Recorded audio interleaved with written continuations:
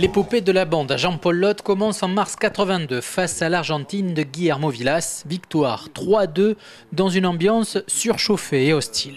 Ça a été très chaud. On avait un juge d'arbitre qui était j'allais dire un vilain mot, qui n'était pas bon parce qu'il n'avait pas de trip et il n'a jamais osé intervenir au bon moment. Quand les joueurs servaient, il y avait toujours ce qui arrive partout au Paraguay plus tard, etc. Une banda qui faisait du bruit, il y avait les gens qui avaient des cannes de coca dans la main qui les écrasaient pour que ça fasse du bruit au moment où le joueur servait ou retournait. Enfin, tout ça était très bien orchestré avec un public hostile. Donc on s'en est sorti par miracle, personne n'y croyait, mais enfin on a gagné. C'était une des étapes difficiles de l'année. Loth pense alors tenir peut-être une équipe solide. En juillet, la France accueille la Tchécoslovaquie à Roland-Garros. C'est Yannick Noah qui donne le point de la victoire au terme d'un match homérique et bouillant en 5-7 face à Ivan Lendl.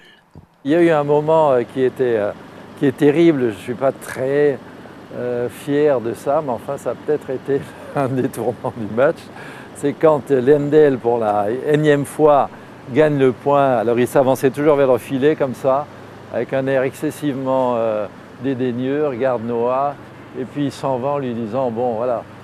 Et au changement de côté, alors Yannick, ça l'excite un peu, il sauve le jeu, et en changement de côté, je dis à Yann « écoute, tu peux pas laisser passer cette histoire-là, c'est insupportable, est-ce que tu entends de quoi il te traite à chaque fois qu'il fait un point et qu'il s'avance au filet ?» Il me dit « non, quoi, il me traite de sale con ou quoi ?» Il me dit « non, c'est pire que ça. » Ça fait partie des termes de racisme. Alors bon, je ne le répète pas là, mais ça a rendu Yannick complètement fou de rage. Et cette folie a été très positive parce qu'il a eu tellement envie de battre Lendl qu'il s'est mis à plus rien rater. Et l'autre a petit à petit pris peur de perdre le match et il l'a perdu. Après avoir éliminé la Nouvelle-Zélande en demi-finale, la France affronte donc les États-Unis en finale à Grenoble. Une préparation compliquée par le choix du joueur numéro 2 aux côtés de Yannick Noah. Tulane, qui avait joué tous les matchs, s'attendait à jouer la finale. Et Lecomte, pendant cette fin de saison, se met à jouer le plomb, quoi. Lecomte va à Linz, je l'accompagne, il gagne à Linz, en Autriche, en jouant vraiment bien. Derrière, on va à Stockholm, il gagne à Stockholm. Il gagne 2 tournois, dont un de très haut niveau à Stockholm. Donc, je me décide pour Lecomte.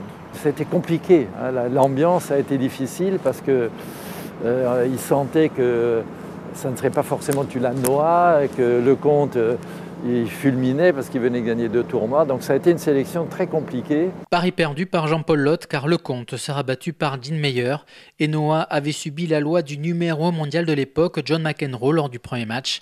Le tournant de cette rencontre est la coupure d'un quart d'heure alors que Noah menait 2-7-1.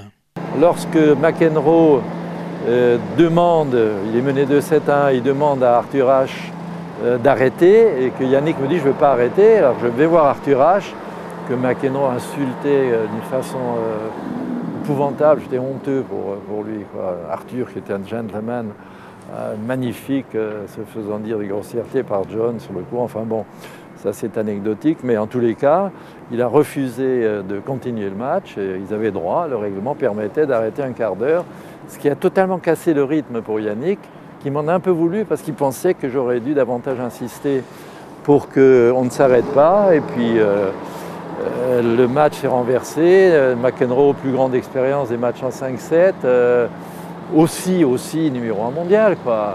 Pas évident. Enfin, Yannick était capable de le battre ce jour-là. Par contre, personne,